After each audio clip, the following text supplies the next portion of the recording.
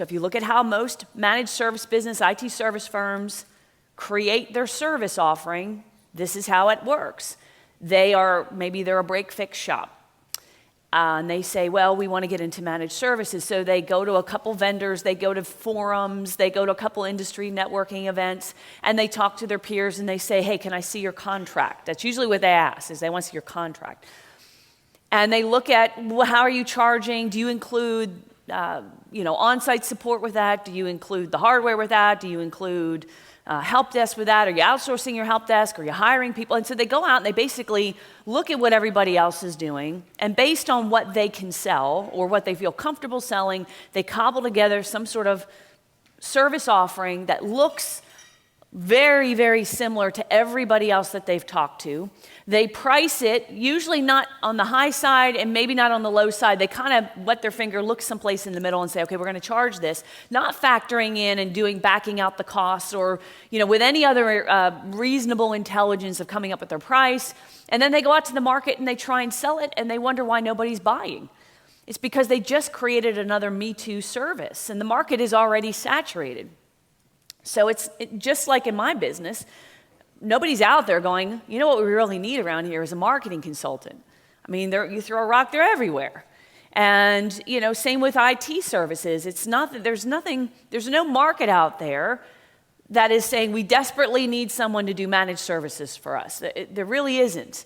And so the way you can create a unique selling proposition is by first determining who that customer is and then developing the product to suit that customer. And I always have said I really don't think there's any such thing as a bad target market.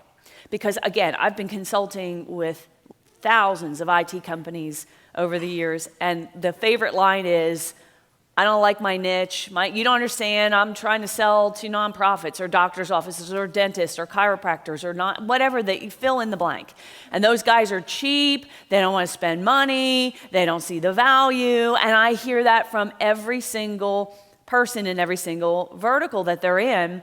So you got to get that out of your head that your vertical, your business is different, because it's not. It's all about making sure that whatever product or service you create, it actually aligns with and is priced appropriately and delivered appropriately and sold appropriately to the target market that you choose. I mean, even in my business, I came from the traditional agency background, and we sold to large accounts. Like the last agency I worked at, my two big IT accounts, we did, this is going back like 20 years, was Novell.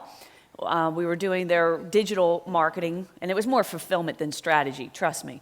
It was Novell. Surf Control was another one.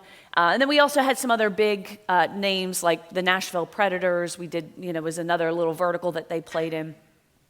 Sports teams, all the YMCAs across the country, so on and so forth. So the marketing that we would deliver to them, we had to price it and package it appropriately. I always enjoyed working with the small business owners. I'm very completion-oriented. I got to get it done. With big companies, it's all about dragging things out and with smaller business owners, I can get things implemented a lot quicker, even though a lot of you say, oh, we're not implementing much, but actually, you do. I mean, yesterday I gave you an email. Dave sent the email. It was done. We got a result. I like that kind of quick turn, and I can't get that with big companies. So I knew I wanted to work with small business owners. I don't necessarily like the whole politics of corporate America. I've worked in corporate America. I don't enjoy it. So I had to create my product at a price point and a delivery mechanism that was appropriate for the audience that I was selling to. Because if I took big traditional agency services and tried to sell it to you guys, I'd be saying, oh, you guys are cheap, you don't spend any money. Because the average ticket for an agency is about $10,000 a month. And that includes design, and we write the copy, and we do all this stuff. But for most of you, that's way too much. So you really want to think about the who first, not the what. And all of you have data on your sweet spot customers, because most of you in the room, I don't think there's anybody in the room that doesn't have at least a dozen customers that you can go back and say, what are the characteristics of the most profitable ones, the ones we like with. And the data's there, you just haven't mined it or looked at it yet. And also going in and constantly talking to them about their business and what value you can add. Last night, we had a tremendous conversation with the captains about things and enhancements we can make on the dashboard, about 2 new opportunities, 2 new things services we are looking to sell. And I don't have to guess, because I get in the captain's dinner and I say, hey guys, we're thinking about doing this. And I got the first sentence out and Leia automatically goes, I'm buying. I said, well, wait, I haven't even given you, but when you get that reaction, you know your market. When you could come up with an idea and say, would this be of value? And they're saying yes. But also the value of having a client counsel like that, which I'd recommend all of you do, is have a client counsel, is they will give you feedback and prevent you from going down paths that are dead ends. Like, what do you think of this, or what do you think of that? And I like the collaborative nature of that, because if you interview these clients one-on-one, a client can bleed you dry with their requests. But if they're in a group, you can kind of see the synergy. One says, I want it, and the others are like, well, maybe not. Or one says, that's a bad idea, and the rest of them say, you're nuts, we would all buy it. And you instantly get that feedback. So it's really important that you have in mind a who. You have in mind, who is that customer? Who is that person we want to develop the unique selling proposition for? Because the entrepreneurial approach to marketing is this: it's what do people want to buy, not how can I get more people to buy what I have.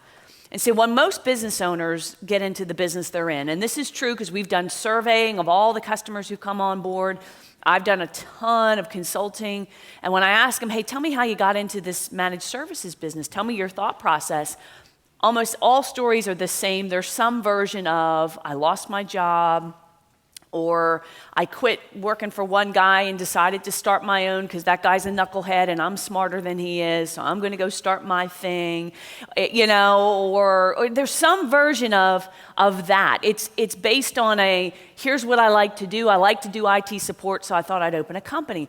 I never, ever hear, well, I analyzed the market and I look at the competition and I looked at the market and the saturation, and I've seen there are pockets in the market that are not being served, and I think if we go in with this price point and this product and this packaging with this service offering, we can beat the competition based on these reasons. I never hear that.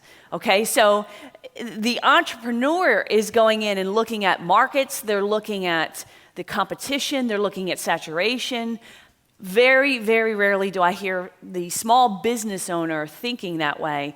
So part of the difficulty here is you know what you know, and it may require you learning new skills or doing new things that you don't want to do, aren't comfortable with, may not know how to do in order to have that unique selling proposition, to have that sort of breakthrough. So again, what do people want to buy? It's so much easier to create something that people want to buy versus trying to sell them what you've got.